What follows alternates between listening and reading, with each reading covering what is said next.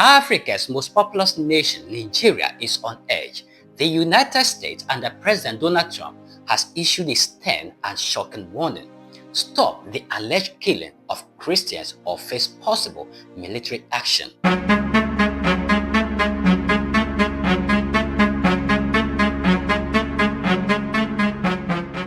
President Donald Trump says he is ready to go fast, vicious and sweet if Nigeria fails to act. Nigeria, in response, is not denying its internal security challenges, but it is urging caution.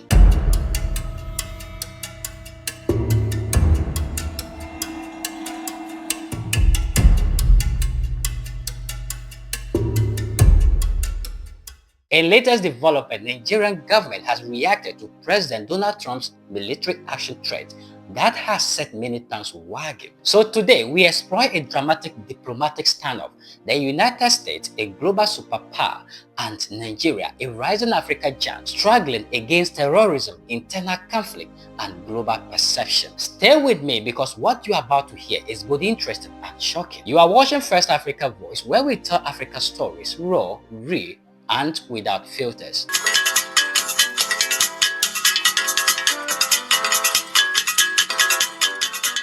Welcome back. If you want to read stories that shape Africa, the ones mainstream media won't tell you, kindly hit the subscribe button. Join First Africa Voice and be the first to know, the first to understand, and the first to see the Africa others don't show you. Don't just watch, be part of First Africa Voice. Ladies and gentlemen, welcome to the channel. My name is Paul Lingua. Now, let's delve into the story together. President Donald Trump publicly accused Nigeria of allowing the mass killing of Christians. He threatened to suspend U.S. aid and openly suggested military intervention. When asked if this could involve troops or airstrikes, Trump replied, "Could be. I envisage a lot of things." He described Nigeria as a disgraced country that must act fast. The Nigerian government pushed back firmly but carefully. Foreign Affairs spokesman Imomotimi Ibiafa stated, "There is no Christian genocide. Muslims are being killed, traditional worshippers are being killed. Boko Haram and ISIS affiliates target everyone, churches, mosques, markets." He added, "We are willing to work with US against terrorism, but any help must respect Nigeria's territorial integrity." Nigeria has said it will welcome assistance from the United States in fighting armed groups as long as its territorial integrity is respected. President Bola Ahmed Tinubu, a Muslim married to a Christian pastor, rejected Donald Trump's claims of religious persecution. He insisted Nigeria protect both Christians and Muslims equally. He recently appointed a Christian defense chief to ensure religious balance in leadership. Tinubu said, "Nigeria is not religiously intolerant. Christians, Muslims, and all lives matter." Now, let's look at this.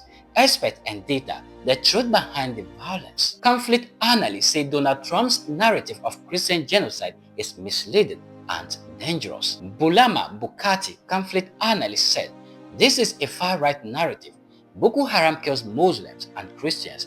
They bomb mosques and churches alike." According to Arclid crisis data, a U.S. crisis monitoring group, out of 1,923 attacks this year, only 50 were specifically motivated by targeting Christians. Violence in Nigeria is driven not by religion alone, but by terrorism, farmer-headed conflict, land dispute, banditry, ethnic tensions, and political power struggles. President Donald Trump's threat of possible military action in Nigeria doesn't just concern Nigeria alone.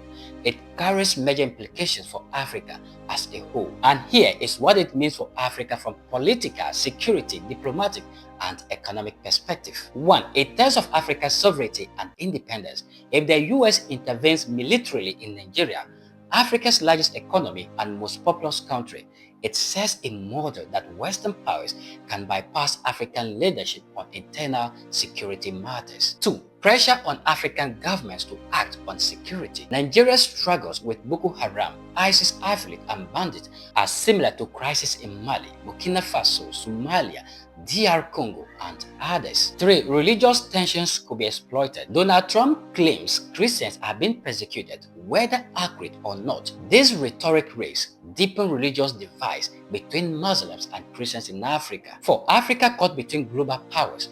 This crisis could draw Africa deeper into geopolitical competition, US versus China and Russia.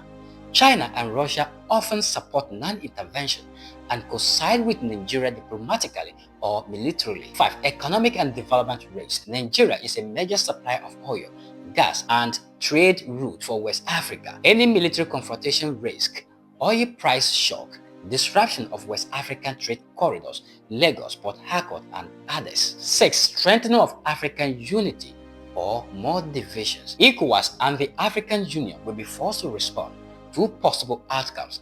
African leaders unite to defend Nigeria and push diplomacy, strengthening African political cohesion. Or divisions grow, with some leaders siding with the US while others reject Western interference. 7. A wake-up call for Africa's self-reliance. This could inspire African nations to invest more in their own military manufacturing, intelligence, and regional defense alliances. Push for an African Rapid Response Force, a concept long debated within the African Union. In the end, this is more than a clash between Trump and Tinubu or America and Nigeria.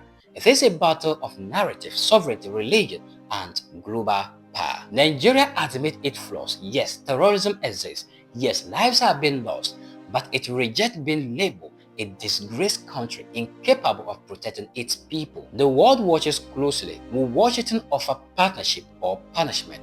Will Nigeria receive support or invasion? Only time and leaders' decision will tell. If you believe Africa deserves to tell its own story, not just be judged by foreign powers, then stand with us. Kindly hit subscribe button, turn on notification, drop a comment. Should the US help Nigeria or stay out of it? Share this video so more people understand the truth behind the headlines. Your support helps this channel continue to expose global politics from African perspective. Thank you for watching. Stay informed, stay brave. This is First African Voice, telling the African story with power. See you in the next video. Well, the dew of the day has crept upon our thoughts, and nature must obey its necessity. Here is where we bring down the curtains until we meet again. My name is Paul Lingua, the Africa Orator. If non-oil revenue is going well, then we have no fear of whatever Trump is doing on the other side. And I've just signed off on a huge mechanization, program that every region we have a mechanized center for agricultural mechanization and have trainees and all of that. That is our path to food sovereignty, food security. You remove hunger from poverty, you have defeated poverty.